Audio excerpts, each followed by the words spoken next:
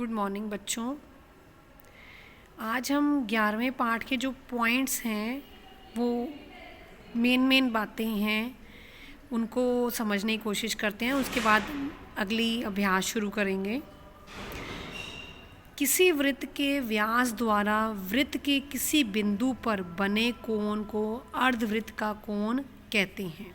यानी कि अगर वृत्त में हमारे पास व्यास है तो व्यास केंद्र से होकर गुजरता है, तो यहाँ से कोई भी कोण अगर बनेगा, कोई भी इसका कोई भी कोण बनता है किसी भी एक पॉइंट पे, चाहे वो इस पॉइंट पे बने, चाहे वो इस पॉइंट पे बने, चाहे वो इस पॉइंट पे बने, किसी भी अगर बिंदु पर बनेगा तो अर्धवृत्त का कोण बन गया। ठीक है, अर्धवृत्त का कोण समकोण होता है। ये सारे के सारे जो बीच में कोण बन रहे हैं ये समकोण होंगे, यानी कि 90 डिग्री के होंगे। किसी चाप के अंतः बिंदु को केंद्र से मिलाने वाली त्रिज्या, किसी भी चाप, ये कोई चाप है, ये जो कोई भी बिंदु से अगर हम केंद्र से मिला दें, इस बिंदु को अगर हम यहाँ से, जैसे ये बिंदु ली हमने, इसको हम अगर केंद्र से मिला दें तो वो त्रिज्या बन जाती है। वो सब त्रिज्या होती हैं। उस चाप के सम्मुख केंद्र पर बना कोण उस चाप का अंश माप कहलाता है। वो उसका अंश माप होगा। अगर हम मिलाएंगे और अगर ये जो ये होगा, ये अगर इसको नापा जाए तो वो अंश माप होगा। इसके बीच में ये दो हमने मिलाई, इसके बीच की जो रेखा है ये हमारा अंश माप कहलाता है।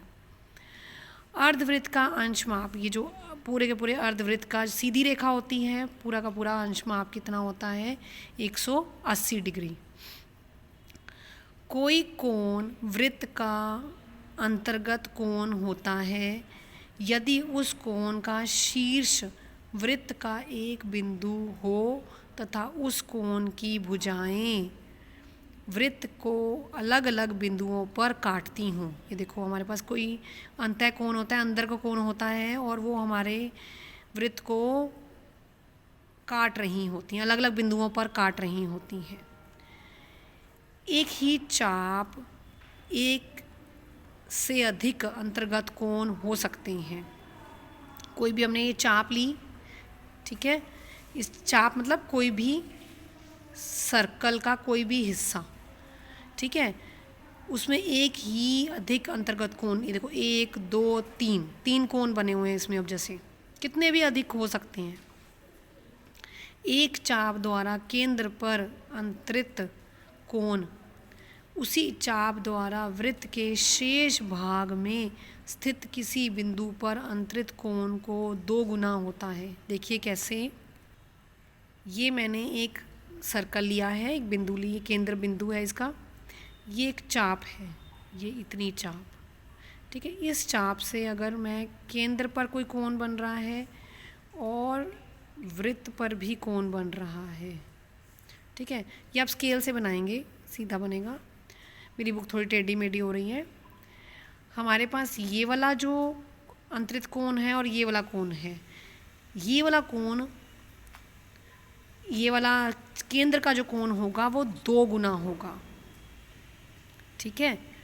वो क्या होता है? शेष द्वारा बिंदु पर अंतरित कोण 2 गुना होता है। जो केंद्र पर लगाया होगा वो शेष के भाग से 2 गुना होगा।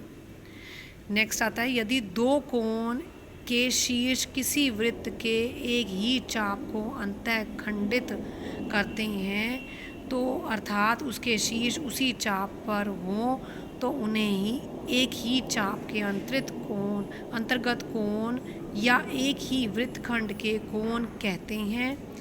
इन दोनों कोण के माप आपस में समान होते हैं। यानी कि जैसे मैंने ये बनाया, ये एक ही इसी चाप से अगर मैं कहीं और भी कोण बनाती हूँ तो इस कोण का माप और इस कोण का माप दोनों समान होंगे। अब आ जाता है आपको प्रश्न नंबर पहला, अभ्यास 11A का।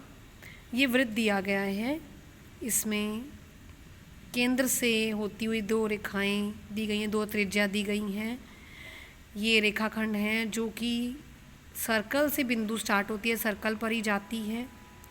इसमें भी सर्कल से ही स्टार्ट हो रही है, सर्कल तक ही जा रही है, ठीक है।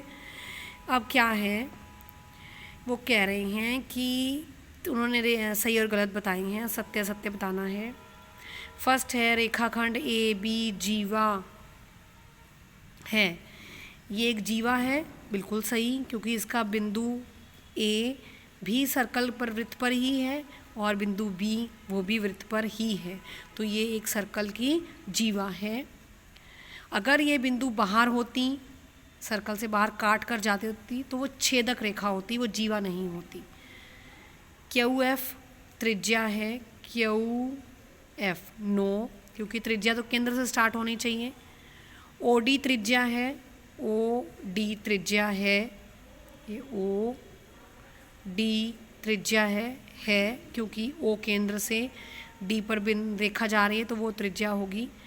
पी सी एक जीवा है, पी सी हमारे पास रेखा नहीं है, ठीक है, जीवा नहीं है, क्योंकि ये सर्कल से स्टार्ट नहीं हो रहा पी बिंदु।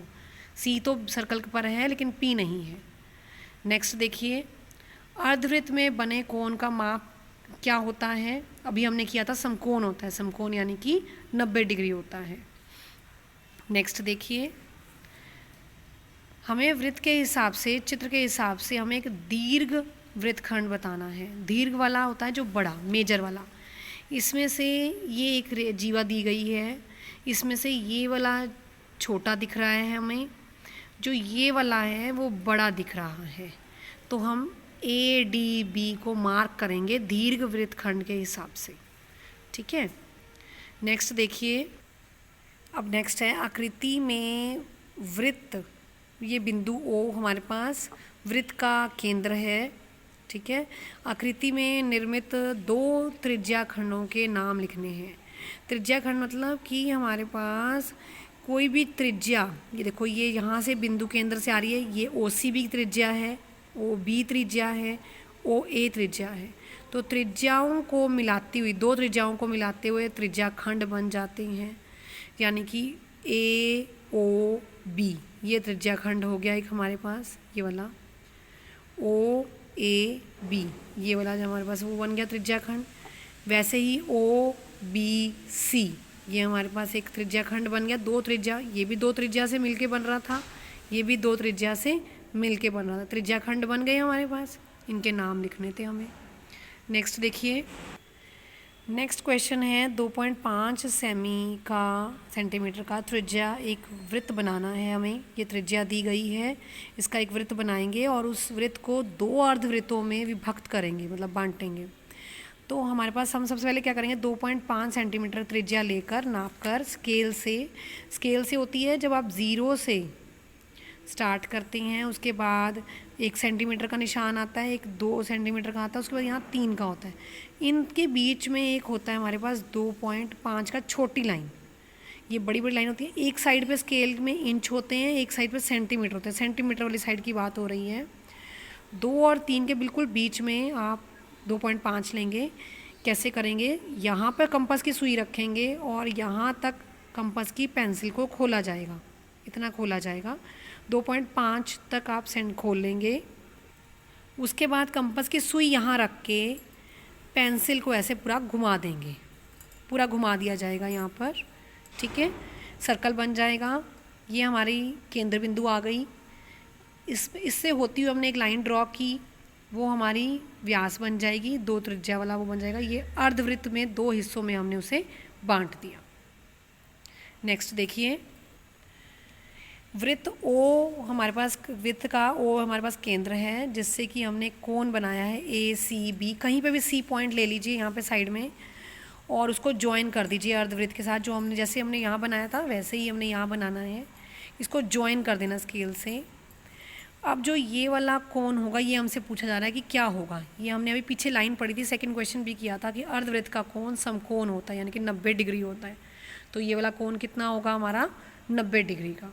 सर्कल बनाइए, केंद्र से होती हुई एक लाइन बनाइए जैसे कि व्यास बनता है, और कहीं पे भी एक साइड में सी पॉइंट लीजिए और ज्वाइन कर दीजिए व्यास को। ये वाला कोण हमारे पास कितना होगा, 90 डिग्री, क्योंकि हमने अभी अभी पढ़ा था कि अर्धवृत्त का कोण कितना होता है, 90 डिग्री।